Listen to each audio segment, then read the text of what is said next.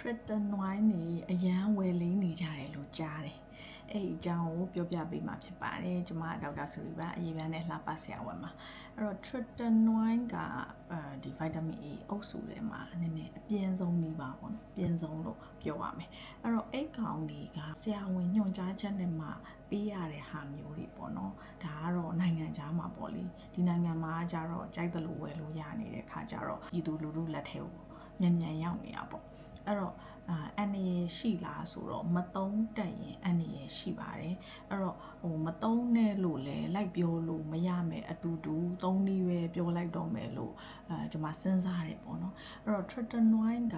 ဘယ်လိုသုံးရမလဲပေါ့ဘယ်လိုသုံးရမလဲအမှန်တော့ retinol သုံးနည်းတွေကျွန်မပြောခဲ့တာတွေရှိတယ်အရှိမှာဒါအဲ့ဒါတွေပါပဲပေါ့နော်ဒါမဲ့ထပ်ပြီးတော့ပြောပြပြီးသွားမှာဖြစ်ပါတယ်ဆက်စချင်းသုံးမယ်ဆိုရင်ပဲစီဒစီစာပေါ့နော်တမျက်နှာလုံးစာကိုပဲစီဒစီလောက်ကိုပဲသုံးပါတချို့ကြတော့ကောင်းကျင်စွန်းနဲ့မြလိမ့်လိုက်တာမျိုးတွေအဲ့ဒါဆိုလောင်းကုန်ပါလိမ့်မယ်မျက်နှာတွေစုပ်ပြတ်သွားပါလိမ့်မယ်အဲ့တော့တတ်နိုင်သလောက်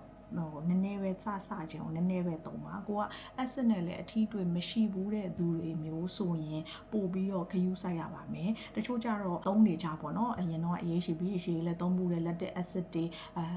သုံးဘူးတယ်တော်တော်များသုံးဘူးရဲ့မျိုးအကျင့်ရှိပြီးသားလူမျိုးဆိုရင်တော့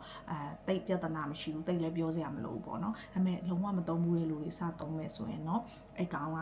ပဲစီတစီစာပဲသုံးရပါမယ်ညဘက်ပဲသုံးရပါမယ်အဲ့ဒါလိမ့်ပြီးရင် moisturizer ရေဓာတ်ဖြည့် cream တေးသေးချာချာများလိမ့်ပေးရပါမယ်ဖြစ်နိုင်ရင်တော့ moisturizer အရင်လိမ့်ပြီးတော့မှအဲ့ပဲစီတစီစာကိုအရင်လိမ့် tretinoin ကိုပေါ့နော်လိမ့်ပြီးတော့မှ moisturizer ထပ်လိမ့်နဲ့ sandwich method ပေါ့နော်ညှက်ပြီးလိမ့်တာmoisturizer နှစ်ခုချာထဲမှာညှက်ပြီးလိမ့်တဲ့ပုံစံ sandwich method နဲ့လည်းသွားလို့ရပါတယ် beginner တွေအတွက်ပေါ့နော်ပြီးရခါကျရင်သုံးရင်လည်းနေ့စဉ်သုံးတာမျိုးမဟုတ်ပဲနဲ့တရက်ချားနဲ့စသုံးကြည့်ပါเนาะတရက်ချားနဲ့စသုံးပြီးတဲ့ခါကျမှတဖြည်းဖြည်းနဲ့တိုးသွားတာမျိုးပေါ့เนาะကိုယ့်ရဲ့ဒီခန္ဓာရဲ့အားဝင်မှုတည်ပြီးတိုးသွားတာမျိုးလေးတွေလုပ်လို့ရပါတယ်လုံးဝအစသမားဆိုတော့ဆရာမတို့က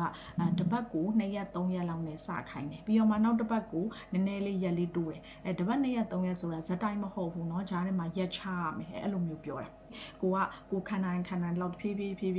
တိုးပြီးတော့သုံးသွားတာမျိုးလေးလုပ်ရပါမယ်ပါစက်အားဖြင့်ဆိုရင်တော့ဈေးကွက်ထဲမှာကဆရာမထင်တယ် 0.025 လားအဲ့လောက်တွေရှိမယ်ထင်တယ်ဆိုတော့အနည်းဆုံးကိုစပါအနည်းဆုံး 0.01 လောက်ရရင် 0.01 သုံးပါပေါ့နော်အနည်းဆုံးကိုရနိုင်တဲ့အနည်းဆုံးကိုစပါဆရာမတို့တော့မှ retinol စသုံးမယ်ဆိုကိုကစဉ်းစားရဆိုတော့ကိုဘယ် brand သုံးရင်ကောင်းမလဲတော့เนาะဘာလို့လဲဆိုတော့လုံးဝပါစက်အနည်းဆုံးကပဲစချင်တယ်အဲ့တော့ပါစက်အနည်းဆုံးဟာကိုပဲဆရာမတို့ကလိုက်ပြီးတော့ရှာပြီးတော့ရွေးဝယ်ရတယ်အဲ့အကြောင်းကိုလည်းနောက်ထပ်ဗီဒီယိုမှာပြောပြပေးသွားမှာဖြစ်ပါတယ်အဲ့တော့ကြည့်ရှုပေးတဲ့အတွက်ကျေးဇူးတင်ပါတယ်like follow လုပ်ခဲ့ပေးပါအောင်เนาะ Facebook နဲ့ YouTube မှာလည်းဒေါက်တာဆိုရီနာမည်နဲ့ရှိနေပါတယ်